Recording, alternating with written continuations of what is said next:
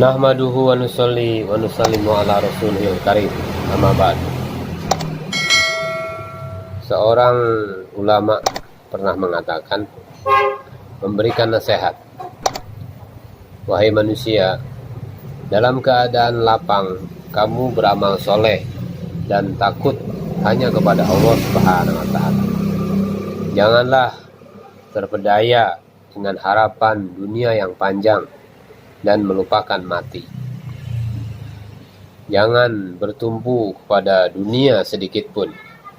Dunia adalah penipu besar. Dunia ini menghiasi dirinya bagi kamu agar kamu menaruh angan-angan terhadapnya, agar kamu terperangkap dalam fitnahnya. Untuk suami-suaminya, ia memakai perhiasan yang menarik, sehingga seperti pengantin baru pada hari pernikahan, sehingga hati kamu terpesona melihat wajahnya dan menjadi jatuh cinta kepadanya. Tetapi ketahuilah, penipu jahat itu telah membunuh kebanyakan daripada pecinta-pecintanya. Jadi dunia ini oleh ulama itu digambarkan sebagai seorang wanita yang cantik yang menghiasi dirinya.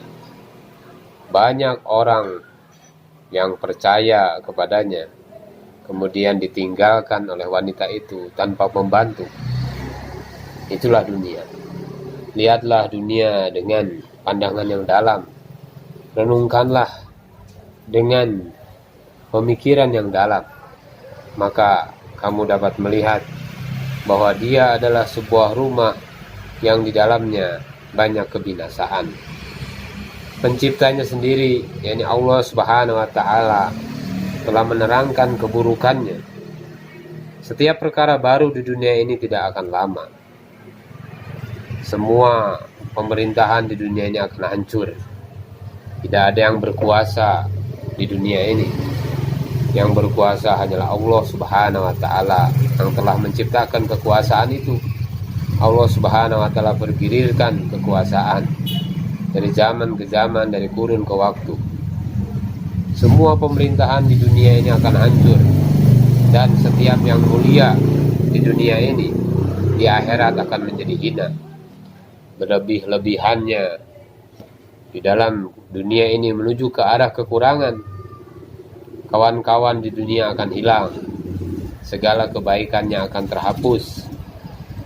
Semoga Allah Subhanahu wa Ta'ala merahmati kamu sekalian, kata ulama itu.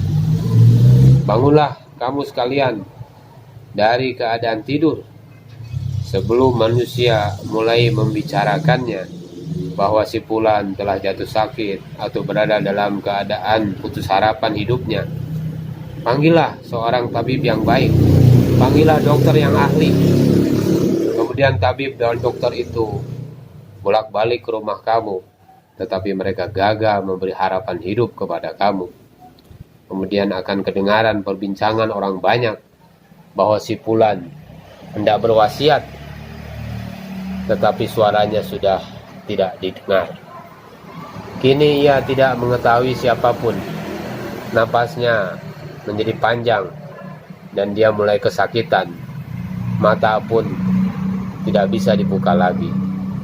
Saudara-saudara sekalian, pada waktu itu kamu akan mulai merasakan suasana akhirat, tetapi sudah tidak berdaya untuk menerangkan apapun karena lidah sudah tidak mampu bergerak lagi. Kerabat-kerabat mengelilingi serta menangis. Anak-anak berdiri di hadapan istri dan lain-lain bergantian berdiri di hadapannya, tetapi lidah sudah tidak bisa bergerak lagi dan suara tidak dapat keluar. Sementara itu ruh mulai keluar dari anggota badan, sehingga akhirnya ia keluar dan terbang ke langit. Karib kerabat mulai membuat persiapan untuk mengebumikan mayat kamu dengan cepat. Mereka yang datang untuk menziarahi kamu setelah menangis sebentar kemudian diam. Musuh-musuhmu merasa senang. Ahli waris pun mulai membagikan harta peninggalan kamu. dan kamu terperangkap di dalam amalan sendiri. Itulah hakikat dunia yang digambarkan oleh seorang syekh, oleh seorang ulama. Bagaimana kita memahami perkara ini? Bagaimana kita juga senantiasa merenung hari demi hari. Telah lama kita tidak buat amalan dengan sempurna. Hari demi hari berlalu, umur sisa masanya tinggal sedikit lagi, tetapi amalan malah semakin berkurang. Malah kita tidak mengingat kepada kematian, padahal kematian itu akan datang dengan tiba-tiba. Yahya bin Mu'az rahmatullah alaih pernah berkata, 3 jenis manusia yang cerdik adalah: yang pertama adalah yang meninggalkan dunia sebelum dunia meninggalkannya. Yang kedua, yang membuat persiapan untuk memasuki kubur sebelum tiba masanya memasuki kubur. Kemudian yang ketiga, yang menghasilkan keriduan Allah Subhanahu wa taala sebelum berjumpa dengan Allah Subhanahu wa taala. Yahya bin Mu'az rahmatullah alaih seorang ulama, beliau juga berkata, dunia begitu parah keburukannya sehingga keinginan untuk memperolehnya saja menjadikan kamu sibuk di dalam urusan kamu tanpa memperdulikan ketaatan kamu kepada Allah Subhanahu wa taala. Jadi sudah ada keinginan untuk memperoleh, keinginannya saja telah menjadikan kamu sibuk di dalam urusan itu. Jika baru keinginan kepada dunia saja sudah menjadikan kamu lalai dari ketaatan kepada Allah Subhanahu wa taala, bagaimana yang akan terjadi seandainya kamu benar-benar terperangkap di dalam dunia? Oleh karena itu, saudara-saudara, di waktu sore ini marilah kita merenungkan kembali sejauh mana persiapan kita menghadapi perjalanan yang begitu panjang ke akhirat. Perjalanan ini membutuhkan bekal. Wa tazawwadu fa inna khairaz zadi taqwa. Sebaik-baik bekal adalah takwa kepada Allah Subhanahu wa taala. Allah Subhanahu wa taala tidak melihat harta kita, Allah Subhanahu wa taala tidak melihat rupa kita, Allah Subhanahu wa taala tidak melihat pangkat dan jabatan kita, tetapi yang dilihat oleh Allah Subhanahu wa taala adalah takwa kita kepada Allah Subhanahu wa taala. Takwa itu ada di sini, di dalam hati. Maka bagaimana kita usaha atas hati kita senantiasa dekat kepada Allah Subhanahu wa taala, senantiasa takarub kepada Allah Subhanahu wa taala.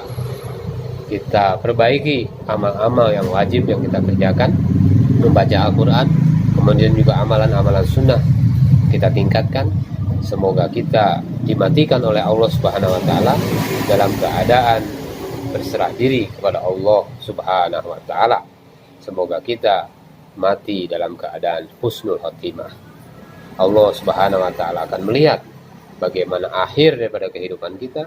Semoga Allah Subhanahu wa taala jadikan akhir kehidupan kita menjadi kehidupan yang baik, sehingga ini akan menyelamatkan kita di dunia dan di akhirat. Subhanallah bihamdihi, subhanakallahumma bihamdika, asyhadu an la ilaha illa anta, astaghfiruka wa atubu ilaik.